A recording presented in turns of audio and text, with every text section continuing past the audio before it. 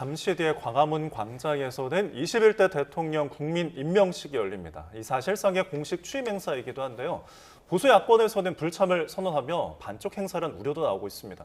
네, 관련 내용 오늘 세 분과 함께 이야기 나눠봅니다. 김만흠 전 국회 입법조사처장, 최수영 시사평론가, 그리고 강진원 대통령실 출입기자 함께 짚어보도록 하겠습니다. 세 분 어서 오십시오. 네, 안녕하세요. 자, 일단은 오늘 국민 임명식이 굉장히 이례적이라서 이 내용부터 좀 짚어볼까요? 네. 앞서 말씀하신 대로 국민 임명식 지금이 7시 42분이니까 한 20분쯤 뒤에 시작을 합니다. 잠시 뒤 저녁 8시부터 제21대 대통령 국민 임명식이 서울 광화문 광장에서 진행이 됩니다. 이 대통령 대선 다음 날이죠. 6월 4일에 바로 임기를 시작했거든요. 간단하게 국회에서 취임 행사만 치르고요. 그런데 임기 시작 이후 2달여 만에 사실상 이재명 정부의 출범을 대내외에 알리는 공식 취임식이라고 봐도 무방할 것 같습니다. 예.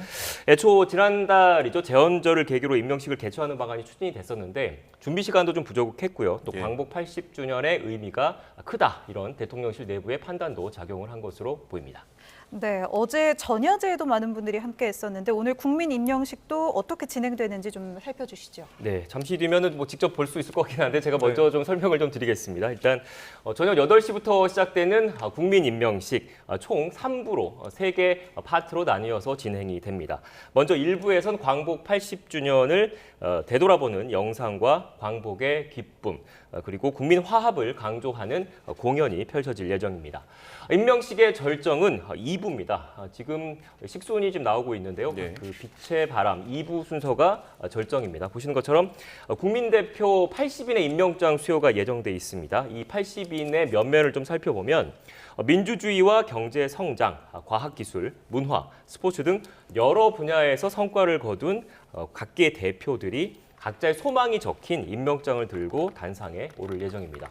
지금 한 분 한 분의 면면이 좀 나오고 있는데 보시는 것처럼 이국종 국군대전병원 원장, 허가영 감독, 그리고 박항서 전 베트남 축구국가대표팀 감독인데 2002년도에는 또 한일 월드컵에서 또 코치로 일을 했었습니다. 사강의 주역이죠. 바둑기사 이세돌 씨를 비롯해서 보시는 것처럼 각계를 대표하는 그런 우리 국민분들이 국민 대표 자격으로 임명장을 들고 나오고요.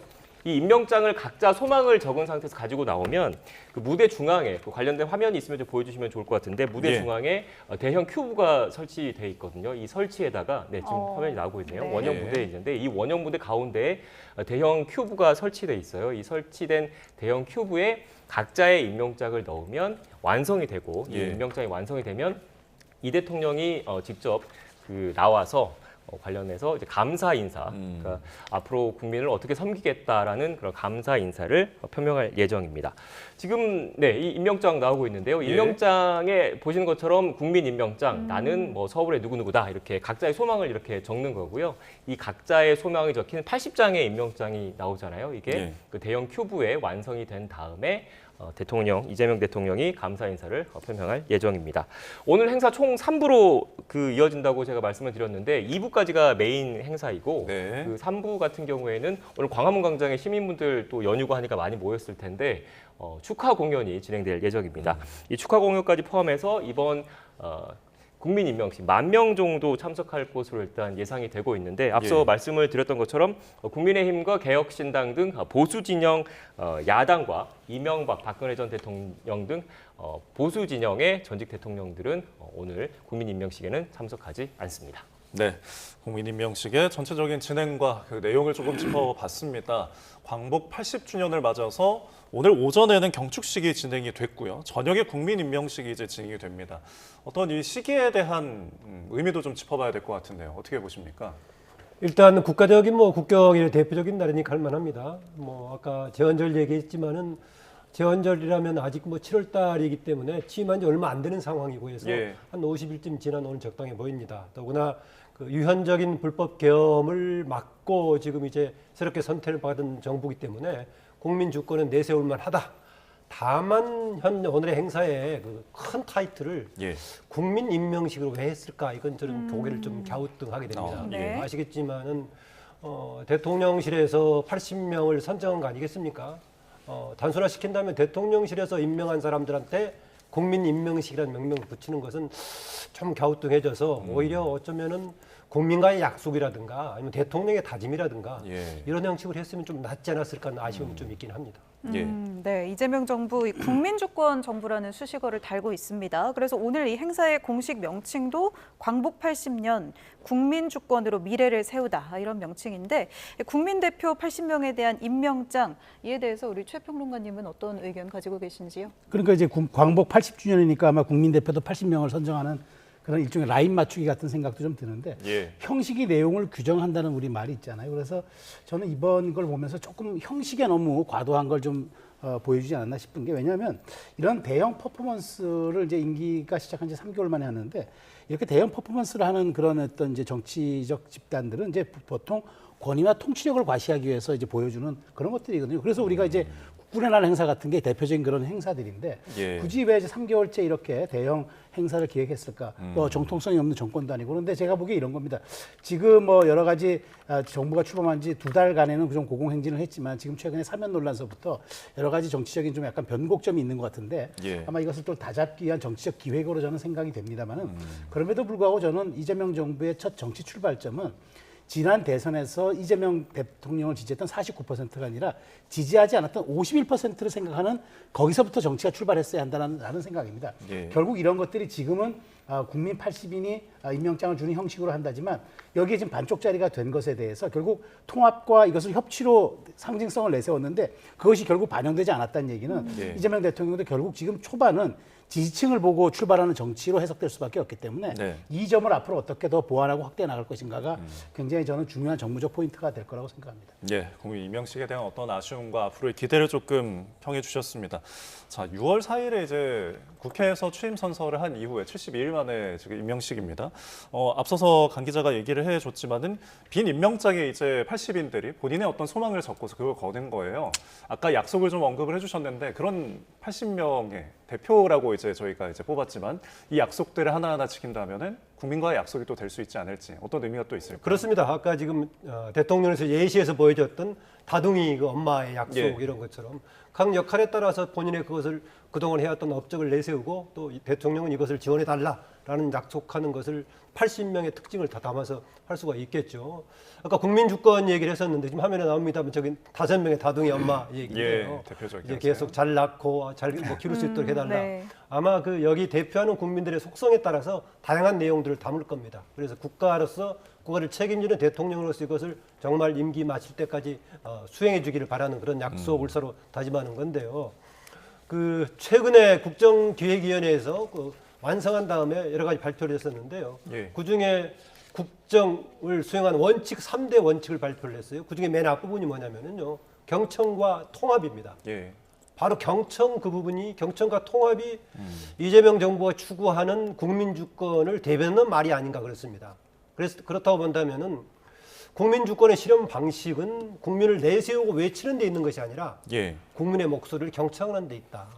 그 점에서는 이미 지금 이제 앞으로 국정 목표라든가 이걸 다듬겠다라고 했으니까 기왕 잘 내세우는 경청과 통합이라는 이 원칙을 봤을 때 예. 국민 주권은 내세우는 것이 아니라 수행하는 것이다. 더구나요.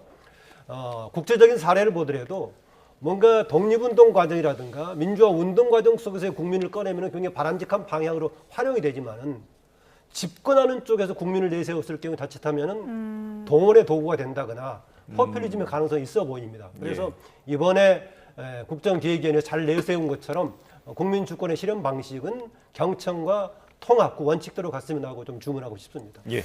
네, 이외에도 주목할 만한 국민 대표들 좀 보면요. 일단 지난 비상계엄 때 이 군사 차량을 막은 부부도 포함이 되어 네. 있습니다. 현 정권 탄생에 대한 어떤 좀 의미를 부각하는 것 같기도 하고요. 어떻게 보세요? 그렇습니다. 지금 80명의 이제 그 국민 이제 대표를 선정하는 과정에서 예. 다양성을 좀 신경을 쓴 것 같은데 제가 보기에는 그럼에도 불구하고 결국 이것이 정말 80인이 우리 국민들 전체적으로 대표할 수 있는 그런 상징성을 가질 것인가 예. 저는 좀 의문을 표하고 싶습니다. 왜냐하면 이국종 원장 같으신 분은 이제 사실상 지난번 보건복지부 장관 후보에 국민 추천 청원에 많이 올라왔던 예. 분이기도 하고 그렇죠, 네. 여러 가지 이제 그런 상징성은 있는 분입니다만 나름대로 저는 너무 퍼포먼스에 이게 좀 말하자면은 좀 신경을 쓴 게 아닌가라는 그런 생각을 갖고요.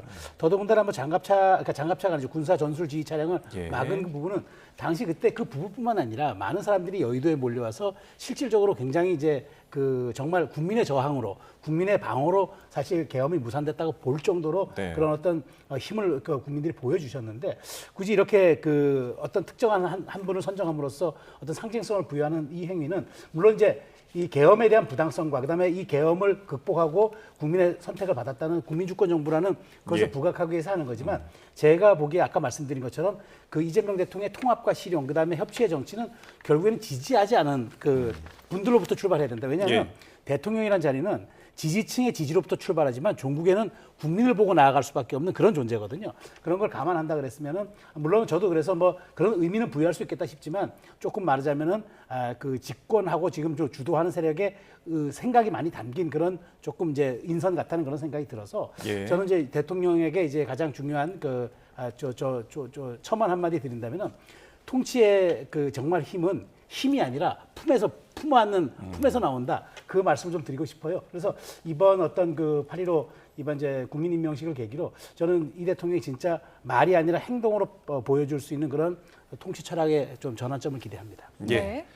또 이렇게 또 평론가님 비판적인 목소리도 있긴 하지만 또 네. 저는 이제 대통령실 출입 기자니까 대통령실의 공식적인 입장을 또 다시 한번 말씀을 좀 드려야 될 것 같아서 80인의 국민대표 이 선정 과정에서 또 대통령실 내부에서 나름의 고민을 좀 많이 한 것 같다라고 얘기는 하고 있습니다. 네. 일단 1차적으로는 지난 80년 동안 민주주의와 경제 성장, 과학기술, 문화 그리고 스포츠 등 여러 분야에서 각 성과를 거둔 분들 그리고 또 앞서 말씀하셨던 그런 분들도 계시지만 예. 일상에서 평범한 그 가치를 구현해 오신 분들도 애써서 선정해 왔다는 게 또 대통령실의 입장이라는 점도 함께 시청자 여러분께서 알아주셨으면 고맙겠습니다. 네. 제가 보더라도 강 기자 얘기한 대로요. 네. 오늘 행사를 아무래도 선정하는데 그동안에 우리 광복 80년 동안의 성장을 뭔가 특징화시킬 수 있는 그런 네. 사람들 담았다는 점에서 네. 지금 뭐 입장은 저는 충분히 이해가 됩니다. 그래서 선정하는 과정에서 국가가 그동안의 80년의 발전 과정 속을 대표하거나 상징하는 사람들을 잘 골고루 선정했을 것이다. 예. 다만 우리 최평론가 지적하는 부분은 현재의 국민 통합 관련은 역사의 그런 과정하고 다르게 뭔가 갈등의 가장 큰 부분은 아시다시피 정치 영역이 있다 보니까 그거를 포괄하지 못한 아쉬움을 그렇게 좀 표현을 하는 것 같습니다. 예. 그래서 이 80인들이 해별로 45년생부터 이제 해별로 이렇게 순서대로 있더라고요. 관련 또 네. 주제 연도를 다룬 의미 있는 또 80인 초청 명단에 대해서 저희가 좀 이야기들을 나눠봤습니다. 자, 그런데 이 문화 공연이나 축제 같은 것도 있고요. K-팝 관련 공연도 있고 그만큼 우리 대한민국이 좀 문화 강국이라는 면모를 좀 보인다 이렇게 볼 수 있을까요? 뭐 그렇습니다. 이 행사 자체가 그런 방식이죠. 다만 이게 그 저녁에 하는 건 사람들은 감성적인 부분을 굉장히 자극하기 때문에 효과가 대단히 클 수 있습니다. 그래서 이것을 국민들을 모으는 힘으로 가야지 단지 어느 한쪽의 정치적인 상징 동원 쪽으로만 또 치우치면 안 되는 그런 위험성이 있긴 합니다. 예. 언뜻 보니까 어떤 쪽의 사람들의 취향이 반영된 날 좀 알 수 있을 것인데요. 이 자체가 또 더구나 지금 이재명 정부에서 강조하는 단어가 오늘도 반복되는 얘기 빚 아니겠습니까? 네. 예. 빚을 강조하고 있는데 빚의 유용성이 가장 드러나는 지금 야간 집회 형식이어서 아마 그 자체는 좀 효과를 볼 거라고 봅니다. 네, 문화 강국의 면모를 보여줄 만한 공연들도 많이 준비가 되어 있는 것 같은데요. 이따 또 함께 살펴보도록 하겠습니다. 어떻게 보면 또 이 광복 80주년을 맞아서 큰 잔치인데 안 오는 손님들도 있잖아요. 네. 문재인 전 대통령 내외 등 전직 대통령들 초청을 했는데 이제 박근혜 전 대통령이라든지 보수 정권의 전 대통령들이 좀 불참 의사를 밝혔습니다. 그렇습니다. 정말 아쉬운 대목이죠. 왜냐하면 이번 행사가 실질적으로 이재명 대통령의 제2 취임식 이걸 떠나서 국민 모두에게 이제 우리는 하나고 이제는 분열과 갈등의 시대를 넘어서 통합의 바다로 나간다. 그 메시지를 주는 것인데 네. 실질적으로 그런 정치적 환경이 전혀 조성되지가 않았어요. 왜냐하면 지금 뭐 대통령은 협치와 실용, 뭐 통합 다 좋은 단어들 갖다 쓰시지만 실제로 이번에 여당을 이끌 여당 대표가 선출되면서 뭐라고 했습니까? 나는 사람과 악수하지 사람이 아닌 사람은 악수를 안 한다. 야당을 무시하고 야당을 패싱하겠다는 건데 생각해 보십시오.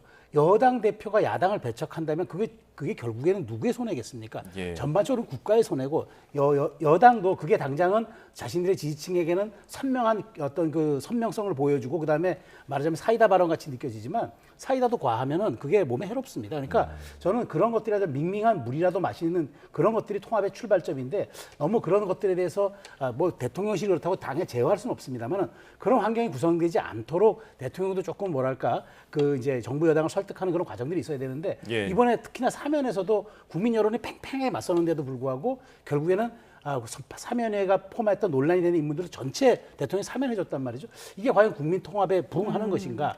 실질적으로 이게 정말 진영 논리에 부합하는 그런 사면이 아니었냐 이런 비판들이 있다 보니까 야당이라든가 보수 진영 전체에 있는 분들을 이번 행사에 끌어안지 못했다는 거잖아요. 그 점 대단히 아쉽다는 거죠. 왜냐하면 이 행사의 본질적인 목적은 보여주기가 아니라 예. 그런 통합의 시발점을 국민들에게 선포하는 의미가 있었는데 그게 결여됐다는 점에서 정말 말하자면 팥수 없는 찐빵 같은 그런 느낌을 받는다는 거죠. 그 예. 점은 대단히 아쉽습니다. 예, 정치 환경에 대한 좀 아쉬움을 짚어주셨는데 그래도 이제 전직 보수 대통령이 불참을 한 부분 아쉽다는 어떤 분석도 있는데 어떻게 보십니까? 그렇습니다. 이번에는 지난번에 6월 4일 날 바로 이제 당선이 확정되자마자 했던 취임식했을 때는 국회에서 했지만 소규모로 약식으로 했지만 어쨌든 간에 야당 정치인들도 대표로 다 참석을 예. 했거든요. 그리고 헌법기관을 대표하는 사람을 참석했고 그 점에서 보자면 이번에는 그걸 포괄하지 못하는 부분이 아주 아쉽긴 합니다.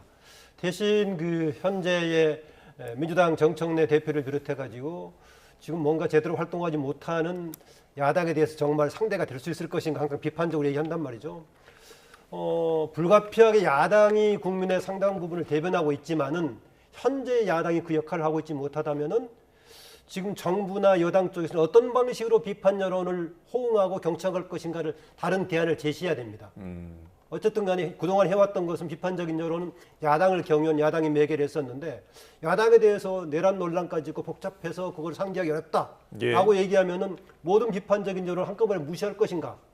만약 야당에 대해서 그런 평가를 가지고 있다면은 정부나 대통령은 다른 방식이든 뭐든 간에 뭔가 대안을 마련했어야 됩니다. 예. 예컨대 이번에는 야당은 호응하지 않고 있다면은 대신 다른 비판적인 여론을 반영할 수 있는 사람을 호응하는 대안책을 마련한다든가 이건 오늘 행사뿐만이 아니라 이후의 국정 운영 과정에서 반드시 필요한 부분이다 그렇게 봅니다. 예. 네, 전직 보수 대통령들 이외에도요, 뭐 오세훈 서울시장 같은 국민의힘 광역단체장들도 불참 의사를 밝혔습니다. 이 부분도 조금 잠시 이야기를 좀 해보죠. 글쎄요, 광역단체장 같은 경우도 물론 선출직이긴 한데 또 당의 어떤 그 공천을 받아 된 분들이니까 당의 입장을 따르지는 않을 수 없을 것 같은데 예. 그럼에도 불구하고 서울시장 정도는 저도 이 행사에 관할해서 또 열리는 네. 거고 해서 참석하는 게 조금 대승적인 모습이 아니었나 싶지만 어쨌든 제가 다시 한번 말씀드리지만 정부 여당이 이런 부분에서 너무 소홀했어요. 오늘 뭐 대통령께서 뭐 송원석 비대위원장의 말에 따르면은 좀 저녁에 와주시면 어떻겠냐 얘기를 했다지만 그렇게 성의 없는 그 말하자면 초청 형식으로는 좀 곤란하다. 왜냐하면 예. 여당 수석 대변인이 뭐라 했습니까? 야당이 이건 어차피 정무적 전략적으로 정략적으로 안 올 거기 때문에 우리 굳이 설득할 필요가 없어서 더 이상 설득하지 않고 그냥 하겠다. 그러면 이 국민 통합 행사를 왜 합니까? 예. 반쪽이 완성되지 않은 상태에서 반쪽짜리 행사를 치르겠다는 거는 온전히 지지층만 보고 가겠다는 그런 의사잖아요. 이게 과연 통합의 정신에 부응하는 것인가? 그다음에 이게 협치의 정치로 가능한 것인가? 이런 점들은 대단히 아쉽기 때문에 저는 끝까지 여당과 대통령실 모두가 나서서 야당을 끝까지 설득하는 모습들, 그다음에 오늘 행사 직전까지도 당위성을 설명하는 모습들이 뒤따라 썼다 생각하는데 이 부분을 너무 소홀히 대하고 그냥 아니, 안 오는 안 온 대로 우리끼리 하겠습니다라는 메시지를 전달한 건 매우 저는 이건 안타까운 생각이 네, 예. 이 부분 대통령실에서도 좀 아쉬운 부분이 있을 것 같은데요. 일단 제가 좀 자꾸 그 말씀을 드리는 건 뭐냐면 두 분 평론가님이 말씀하시는 게 있고 또 저는 객관적으로 대통령실의 예. 공식 입장을 또 말씀을 드려줘야 어느 정도 균형이 맞기 때문에 대통령실 네네. 입장을 말씀을 드리는 거라는 점을 다시 한번 말씀을 드리고요. 일단 이명박 전 대통령, 박근혜 전 대통령 내외 같은 경우에는 그 전직 대통령 같은 거 대통령실의 입장입니다. 저의 네. 생각이 아니라 그 일단 정무수석이나 정무비서관이 예의를 갖춰서 초청장을 갖고 갔고 그런데 초청의 의사를 표명을 했는데 각자의 사정에 의해서 응하지 못하게 됐다라는 게 예. 대통령실의 공식 입장이라는 것을 다시 한번 이 자리에서 설명을 드리겠습니다. 알겠습니다.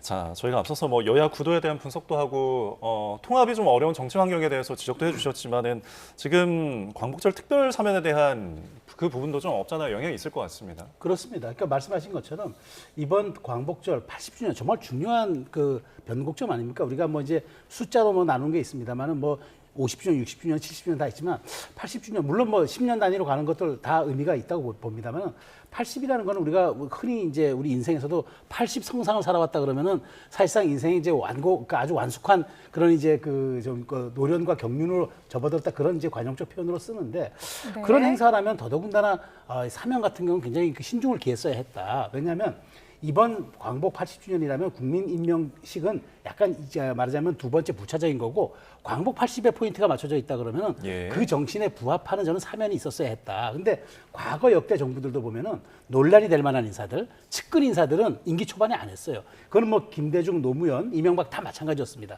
그런데 굳이 이번에 그렇게 논란이 됐던 인사들은 3개월도 안 돼서 이렇게 할 때 했다는 것은 예. 저는 이재명 대통령이 사면권은 대통령이 물론 고위 권한이지만 네. 정말 이게 통합의 방점이 있었느냐. 말씀 듣는 사이에 이제 정각 8시가 지나면서 이 공식 행사가 시작됐습니다. 일부 공연 지금 시작된 모습이고요. 광화문 모습 생중계로 보내드립니다. 예, 저희가 총 3부로 구성되어 있는데 함께 찾은 빛이라는 주제 공연이 시작이 되고 있습니다. 해야라는 노래에 맞춘 전통과 현대 타 길놀이가 이루어지고 있습니다. 자, 지금 이제 풍물놀이들이 역시 신명나게 지금 춤을 추면서 공연을 하고 있고요. 이제 현대 타악기인 북을 두드리는 것 그리고 우리 전통 악기 이제 소고를 두드리는 모습 함께 볼 수가 있습니다. 자, 그리고 이제 무용단도 함께 이 자리에서 하고 있고요. 중앙에는 가수인 정홍일과 윤성이 함께 해야 노래를 부르고 있습니다. 자, 이 해야라는 노래를 또 현대적으로 재해석해서 약간 락 분위기에서 네. 저희가 또 부르는 모습을 라이브로 보내드리고 있습니다. 자, 저희가 이제 특별 사면에 대한 부분에 대해서 좀 비판을 좀 들어봤습니다. 근데 이런 논란은 좀 충분히 예상할 수도 있었을 텐데 법무부 사면 명단이 사전에 알려졌고 그게 이제 국무회의에 올라가서 또 그대로 또 인용이 됐습니다.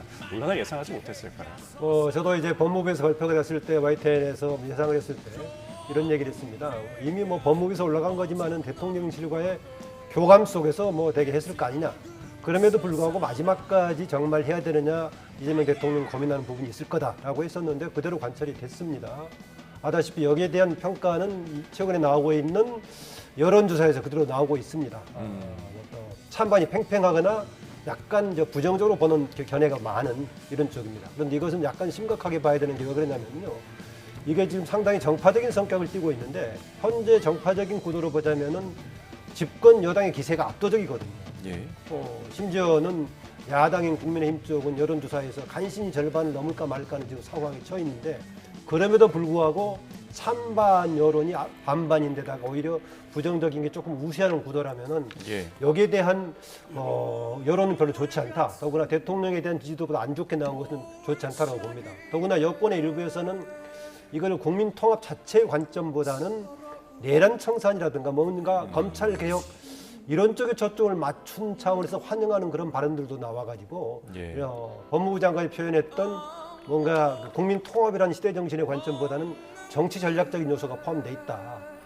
그 점에서는 이재명 대통령이 후보 시절에 조국 당시의 장관 문제에 관련해서는 이게 뭔가 민주당의 국민들로도 예면받는 근본 원인 중에 하나다. 내로남불을 지적하면서 무슨 얘기까지 했느냐. 뭔가 자리가 높은 사람들은 거기에 대한 책임도 그만큼 커야 된다라고 얘기했습니다. 예. 그런데 이번 상황에서 이재명 대표는 아무래도 그보다는 더 중요한 것이 있다고 판단을 했는지 아니면은 이런 정도의 약간의 여론에 뭔가 부작용은 감리하고라도 해야 된다고 판단했는지 모르겠지만은 예. 그거하고는 약간 다른 결을 보여준 적이 있습니다. 네, 강 기자.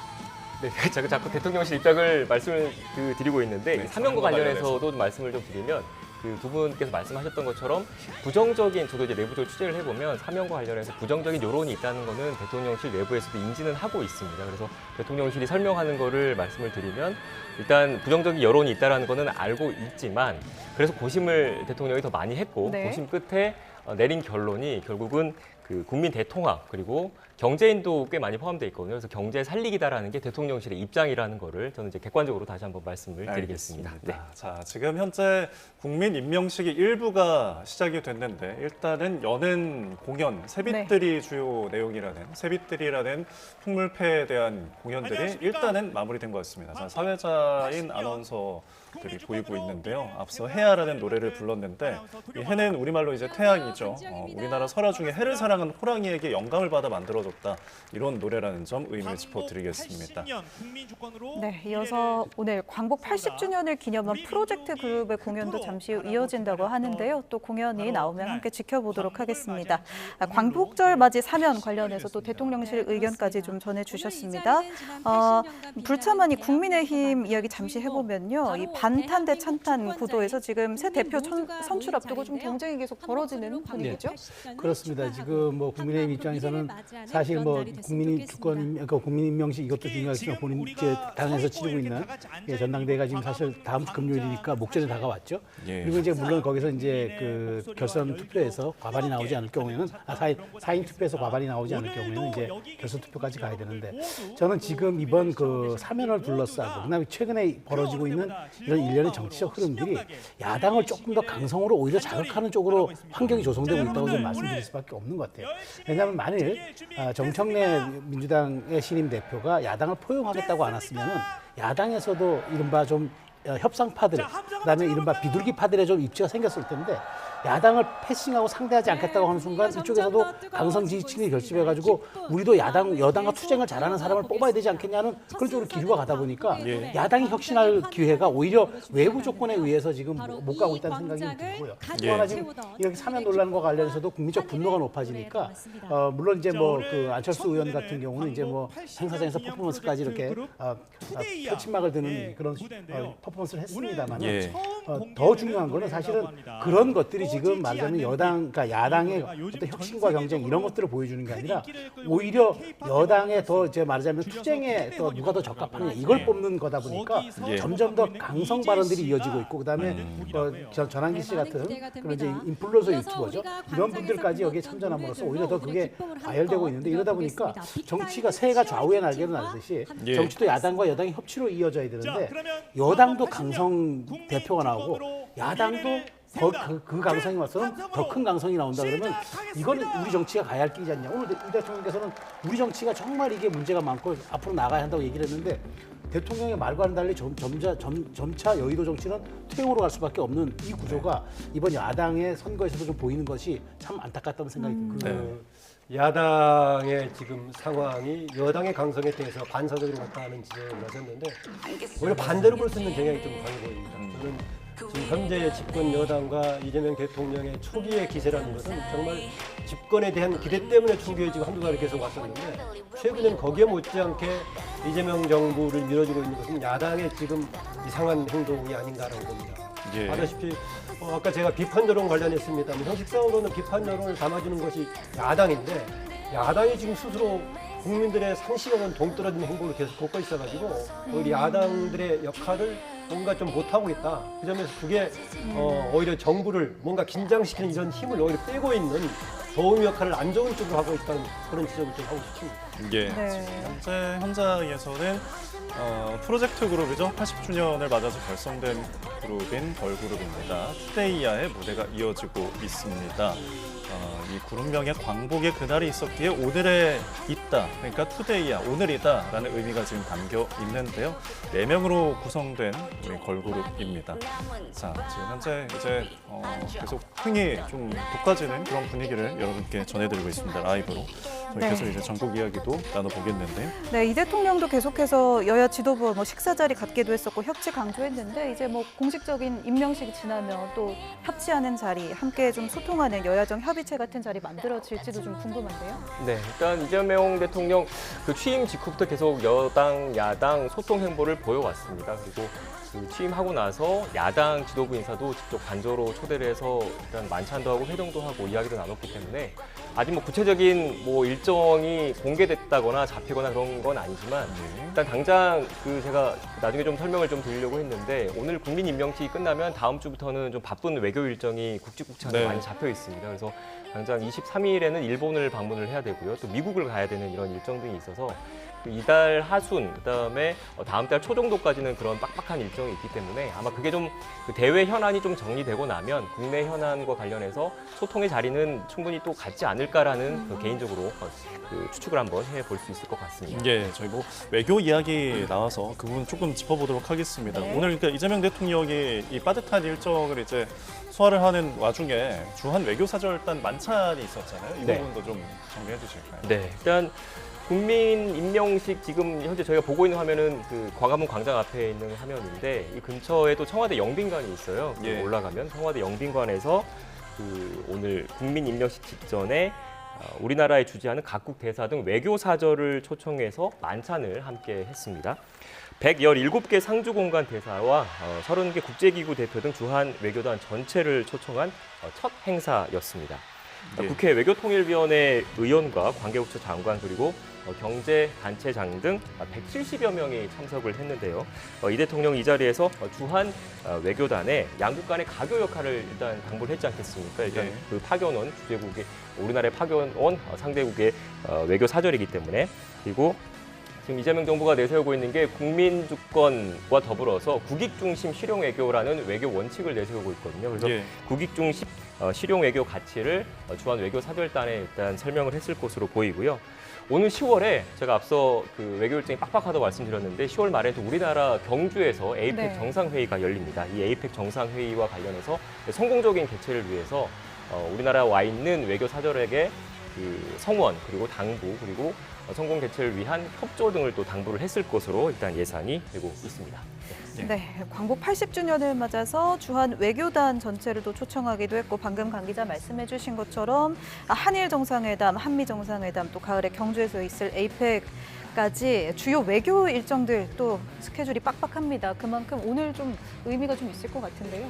그렇습니다. 지금 사실 이 대통령 앞에 모여 있는 것은 내치가 아니라 사실은 외교입니다. 네, 그러니까 네. 사실 지금 뭐 우리 관세 협상 타결하고 이렇게 좀 숨가쁜 일정을 했지만 오늘 특히나 이제 뭐 일본에 대해서도 이제 마당을 같이 쓰는 그런 우리는 가까운 이시라고 했는데 일본의 반응이 있어야죠. 윤석열 정부 때도 물 우리가 반컵 채워놓으면 나머지 반컵 채울 거라고 생각했는데 예. 전혀 진전되지 않았잖아요. 그런 측면에서 이 대통령 앞에 놓인 과제 중에 내치도 지금 사실 저는 내치지만 사실 외교 같은 경우는 이재명 대통령의 말하자면 성과와 업적으로 오롯이 남을 수밖에 없는 그런 상황이기 때문에 예. 굉장히 긴장할 수밖에 없는 상황이고 그러다 보니까 아마 이제 이번 주한 외교단은 전체 초청하는 그런 모습들 그다음에 우리의 10월 달에 에이펙도 있습니다만 당장 지금 일본과 지금 미국을 가서 현안을 처리할 게 지금 많은 상황에서 예. 이런 어떤 사전에 붐업하는 이런 과정들도 좀 굉장히 좀 신경을 쓰는 것 같습니다. 근데 어찌됐건 지금 뭐 트럼프 대통령 같은 경우에는 워낙 개인적인 성정뿐만 아니라 이 통치 스타일 자체, 외교 스타일 자체가 예측 불가능의 그런 분위기 때문에 예. 사실 거기에 대해 대응하는 것도 굉장히 뭐 좀 많은 고심이 있을 것 같습니다. 그래서 지금 이제 오늘 저도 이제 뭐 우리가 그런 용어가 있죠. 이제 그 정치권에서는 정쟁은 국경 앞에서 멈춰야 한다. 그러니까 네. 이제는 오늘 행사가 이제 이 대통령 취임의 두 번째 어떤 그런 의미를 되새기는 그런 과정이라고 한다면 이걸 계기로 저는 이제 앞으로 조금 더 이제 국내적으로는 통합이지만 외교적으로는 정말 실용의 가치가 성과를 낼 수 있는 그 준비를 얼마큼 철저히 했느냐. 외교는 준비한 만큼 그다음에 우리가 보완한 만큼 결과가 나옵니다. 그런 걸 좀 인식하시고 준비를 했으면 좋겠다 그런 생각입니다. 네, 알겠습니다. 이제 당장 방일 그리고 방미 정상들과 만나서 이야기를 나와야 하는 이재명 대통령인데 외교에 대한 이야기를 좀 짚어주셨습니다. 아직 해결할 현안이 굉장히 많잖아요. 무역 합의도 그렇고요. 네, 당장 뭐 진행되는 이제 23일 일본 들린다음 25일 미국의 경우도요. 지난번에 나왔던 대강의 지금 관세협상 합의들을 구체화시킬 과제 된다면은 자칫하면 우리 국민들이 깜짝 놀랄 상황이 발생할 수 있고 해서 걱정되는 부분도 있습니다. 오늘 당장 나오는 품목벌 관세 같은 경우에는 예상하지 못한 정도로 높아지는 부분도 있고 해가지고 네. 중요한 과제로 보입니다. 그리고 국익 중심이 이제 실용 외교를 표방했었는데 대부분의 경우에 그런 걸 표방할 때는 기존의 외교 관계에서 뭔가 전환점을 만들 때 기존에 가까웠던 쪽하고 아니고 멀어졌던 쪽을 바꾼다는 이런 상황인데 그 점에서는 국익 중심 실용 외교를 일본하고 관계에서 어떻게 할지 과거에 항상 하다 보면 역사 문제가 논란이 되기도 했었는데 이 부분은 과연 현재의 당장의 실용 중심으로 갈지 예. 그 부분도 짚고 넘어갈지 등등 여러 가지 쟁점이 있긴 합니다. 예. 그리고 국내 정치 과정도요. 이제 전체가 외교 국면으로 넘어가기 때문에 자연히 해결될 걸로 본다는 점도 있지만은 22일이면은 그런데 현재 어쨌든 간에 제1야당인 국민의힘의 지도부가 어느 방향이든가 재편되는 상황으로 끝이 나시기 때문에 네. 그 결과에 따라서 한번 관계도 새로 시작되지 않을까 그렇게 봅니다. 예. 저희가 만나봤는데 자, 앞서서 사실, 네. 저희가 봤던 공연은 이제 현장 이야기를 좀 해보면요. 광복의 노래 프로젝트 그룹에 이어서 광장의 이제 환희였습니다. 광장 네. 노래에 맞춰서 치어리딩 공연을 굉장히 힘차게 하는 네. 모습을 보셨습니다. 무한궤도의 그대에게 그리고 데이식스의 노래에 맞춰서 치어리딩 공연이 있었고요. 아마 이제 사회자들이 또 소개를 하면 다음 초대 가수가 또 멋진 공연을 펼치게 될 것 같습니다. 이은미 씨가 아마 나온다고 네. 네. 이야기가 되고 있는 것 같은데요. 또 현장 함께 보도록 하겠습니다. 네, 현재 세부- 1부 순서 함께하고 계십니다. 네, 지금 화면 지금 보이고 있어서 제가 좀 설명을 네, 드릴게요. 네. 설명해 주시죠. 가운데 단상이 있잖아요. 근데 대통령실에서 설명하기로 단상이 일반 행사보다는 좀 낮아 보이지 않으십니까? 그렇습니다. 네, 네. 일단 단상이 낮은 것 자체가 일단 소통을 강조하는 또 국민을 섬기는 자세를 네. 표현한다는 게 또 대통령실의 입장이라는 거를 제가 좀 전에 화면이 보이니까 다시 한번 설명을 좀 드리겠습니다. 네, 지금 원형 네, 무대에 네. 나오고 있네요. 네. 참 저희가 이제 평소에 지나다닐 때는 지금 이제 도로까지 다 차지해서 굉장히 큰 넓은 정말 그렇죠. 광장이 네. 됐습니다. 그야말로 광장이 돼서 뭐 올림픽 체조 경기장의 어떤 공연 무대처럼 느껴지기도 하고요. 굉장히 LED 스크린들도 곳곳에 있어서 저곳이 광화문이 맞나 하는 이런 생각이 좀 드는 지금 오늘의 공연입니다. 네. 자, 이제 이은미 씨, 가수 이은미 씨를 맞이하는 순서를 저희가 또 보내드리고 있습니다. 화합의 광장이라는 주제로서 네, 노래 두 곡을 부른다고 합니다. 자, 저희는 이야기를 좀 더 나눠보도록 하겠습니다. 오늘 이제 광복절이니까 이재명 대통령 광복절 경축식 오전에 또 진행이 있었잖아요. 어떤 이야기들이 있었나 좀 짚어주실까요? 네, 경축사 내용을 하나하나 좀 살펴봐야 될 것 같은데요. 먼저 크게 두 메시지가 있었습니다. 대북 메시지, 대일 메시지가 있었는데 먼저 대북 메시지를 먼저 한번 살펴보면요. 네. 이 대통령 일단 남북 간 긴장을 완화하고 한반도 평화를 구축하겠다는 대북 정책 기조를 오늘 경축사에서도 거듭 확인했습니다. 예. 싸워서 이기는 것보다는 싸울 필요가 없는 상태를 만드는 게 가장 중요하다라는 원칙을 재확인한 거고요. 또 이 대통령 숱한 부침에도 이어지던 남북 관계가 지난 정부에서 끊어졌다라고 지적을 했습니다. 또 엉킨 실타래를 인내심을 갖고 차근차근 풀겠다면서 남북 간 긴장 완화 그리고 신뢰 회복 조치를 일관되게 추진하겠다는 의지를 내비쳤습니다. 예. 네, 북한을 향해서도 이렇게 메시지가 나왔었고 사실 북한이 이제 최근에 우리가 이제 좀 화해 메시지 같은 거 좀 보냈었는데 북한의 입장은 좀 강경했잖아요. 네.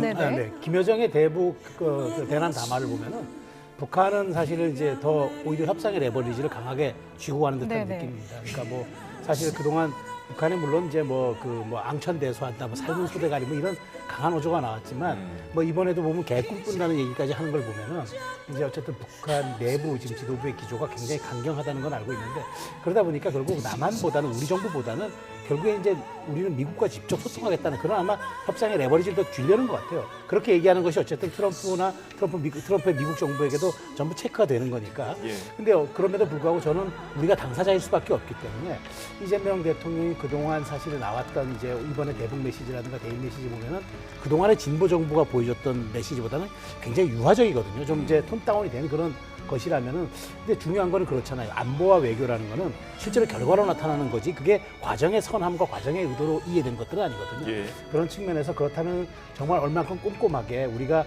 선의로서만 대할 것이 아니라 우리가 얼마만큼 이른바 케이스 바이 케이스로 준비를 해놓느냐도 굉장히 중요한 그런 부분이기 때문에 예. 저는 원래 우리가 이제 대통령의 메시지가 3.1절과 광복절에서 굉장히 중요한 두 가지의 외교 안보 메시지가 나오잖아요. 그렇다면 예. 이 8.15의 이재명 대통령 취임 후에 첫 나왔던 이런 메시지에 북한이 반응하지 않고 우리 정부 혼자서만 뭐 선의를 베풀어서 확성기 철거하고 다 모든 것을 원점으로 내두고 있는데 북한은 오히려 그 사이에 핵의 고도화를 이뤄낸다면 우리 예. 국민의 불안도 커져갈 수밖에 없기 때문에 더더군다나 지금 또 주한미군 사령관도 이제 앞으로 우리 병력의 수가 중요한 게 아니라 역량이 중요하다면서 실제로 사람들을 주한미군을 좀 축소시킬 거라는 이런 얘기들이 있기 때문에 예. 기본적으로 국민들 불안하지 않도록 하는 이런 리스크 관리도 예. 이재명 정부의 굉장히 중요한 어떤 그 과제가 되지 않을까 그런 생각이 듭니다. 예, 오늘 이제 경축사에서 나왔던 이야기, 북한에 대한 이야기들을 조금 이제 평론을 듣고 있습니다. 북한을 향해서 그러니까 오늘 이제 많이 언론을 보도가 나가기도 했는데 북한의 체제를 존중한다라는 부분과 그리고 어떤 형태의 흡수 통일도 추구를 안 한다. 핵 없는 한반도도 강조를 좀 했거든요. 이런 부분들은 좀 어떻게 보셨나요? 예, 기본적으로 평화 포용 방향으로 원칙을 얘기한 거죠. 예. 다음에 북한이 어떻게 호응할 것인가는 나머지 변수로 독립적인 변수로 남아 있습니다.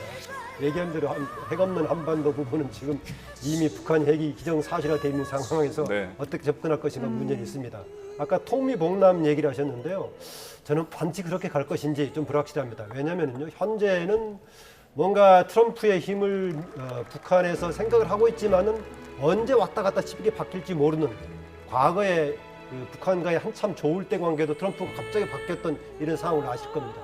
최근의 흐름을 보면 그래서 오히려는 러시아와의 관계를 조금 더 확실하게 한 가운데 남쪽이든 아니면은 미국이든 관계를 한쪽으로 가지 않을까 해서 과거에 해왔던 똑같은 식으로 그냥 통미봉남하고 미국이냐 우리냐 그 예. 차원으로 다른 지금 북한의 전략을 흐르고 있지 않나 그런 예. 생각이 듭니다.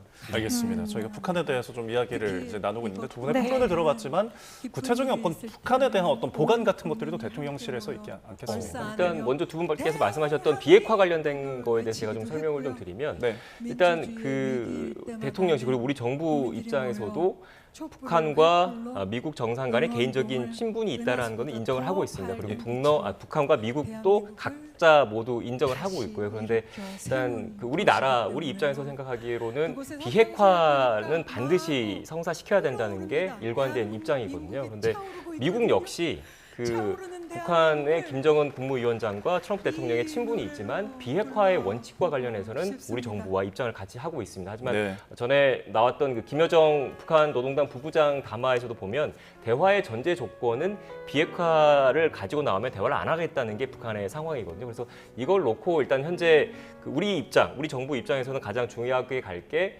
앞서 말씀하셨던 것처럼 통미봉남, 한국이 배제되지 않도록 비핵화 문제와 관련해서는 굳건하게 한미 공조를 유지를 해야 된다라는 게 숙제이자 과제이자 그리고 오는 25일 현지 시각으로 오는 25일 미국에서 열리는 한미 정상회담에서 또 주요하게 다뤄야 될 과제가 있지 않을까라는 생각을 좀 해보겠습니다. 그리고 또 앞서 네. 보관을 말씀하셨는데 네네. 예. 그 북한과 관련해서 이재명 대통령의 그 일관된 원칙, 일관된 입장은 신뢰를 쌓을 수 있는 조치를 일관되게 추진하겠다는 거예요. 그래서 네. 오늘 나왔던 얘기 중에 하나가 9.19 군사 합의를 선제적, 단계적으로 복원하겠다라고 밝혔습니다. 네. 아마 두 분 평론가님 다 아시겠지만 9.19 군사 합의가 지난 2018년 문재인 정부 때 문재인 전 대통령이 평양에 가서 남북 정상회담을 할 그 계기로 나온 게 9.19 남북 군사 합의거든요. 그때 나왔던 게 핵심적인 건 이겁니다. 남과 북 사이에 일체의 적대적 행위를 하지 않겠다라는 게 핵심인데 사실상 지금은 지켜지지 않고 있는 상태인데 네. 일단 이재명 대통령이 그것과 관련해서 선제적으로 우리 정부가 먼저 복원하는 조치를 단계적으로 나아가겠다라고 일단 밝힌 상태인데 북한 같은 경우에는 적대적 이국가론을 계속 꺼내고 있습니다. 그러니까 남과 북은 전혀 다른 나라다. 서로 적대적인 관계는 다른 나라다라는 입장을 기조를 유지를 하고 있기 때문에 북한이 어떻게 호응을 할지 어떻게 화답할지에 대해서는 좀 더 지켜봐야 할 것 같습니다. 9.19 관련은 북한 쪽에서 일찍이 서로 약속을 깼지만 우리의 경우에는 살리기 위해서 엄청 노력했었죠. 네. 네네. 오랫동안 그러다 보니까 우리만 남북 간의 정보라든가 군사활동에서 많은 좀 위험을 감수해야 된다 해서 불가피하게 나중에 그렇게 했는데 이후에 어떤 방식으로 좀 회복이 될지 네. 주목이 됩니다. 알겠습니다. 네, 현장에서는 이은미 씨가 이제 두 번째 노래를 하고 있는 모습이네요. 내 나라 내 결의라는 곡이 지금 현장에서 울려 퍼지고 있습니다. 이게 70년대 때 대중가요로 좀 많이 사랑을 받았던 곡이잖아요. 그렇죠. 뭐 네. 저희들 또 세대에는 뭐 굉장히 네. 익숙한 노래입니다. 그러니까 송창식 씨가 많이 부르고 그렇죠. 있죠. 네. 저 노래 들으면 가슴이 좀 뭉클해지고 또 그다음에 네. 좀 우리가 요즘 흔히 하는 이제 MZ세 용어로 웅장해진다 그런 표현이 이제 적절할 것 같은데 어쨌든 뭐 이은미 씨가 대중의 사랑을 또 받고 있는 가수고 또 저는 공통적 주제와 공감을 담고 있는 노래를 함으로써 광복 80주년에 좀 의미를 좀 더 부각하는 것 같은데 예. 하여튼 뭐 그 청중들의 반응도 좀 뜨거워 보입니다. 네, 조금 전 화면 보니까 뭐 문재인 전 대통령 내외 모습도 보이고요. 조금 전에 권영숙 여사 모습도 살짝 보였던 것 같은데 이 객석에 있는 우리 국민들의 표정도 다들 좀 흠뻑 빠진 모습입니다. 인터넷 신청으로 한 3,500명 정도의 신청을 받았다고 하더라고요. 네. 지금 일단 경호구역 안과 밖이 좀 나뉘어 있긴 한데 네. 경호구역 안에는 일단 뭐 검문 검색 같은 거 다 통과해서 지나가야 되겠지만 예. 주변 가서 보시면 알겠지만 광화문 광장 경호구역 바깥에는 또 뭐 역사박물관도 있고 미국 대사관도 네. 있고 충분히 이 소리 같은 경우는 들을 수 있는 공간이 있거든요. 그래서 아마 주변을 또 연휴잖아요. 연휴 첫날이니까 주변을 오가는 서울 시민분들 또 같이 저녁이라서 노래도 들으시고 기분 좋게 또 행사 자체는 즐기시지 않을까라는 생각을 해봅니다. 네. 예, 알겠습니다. 자.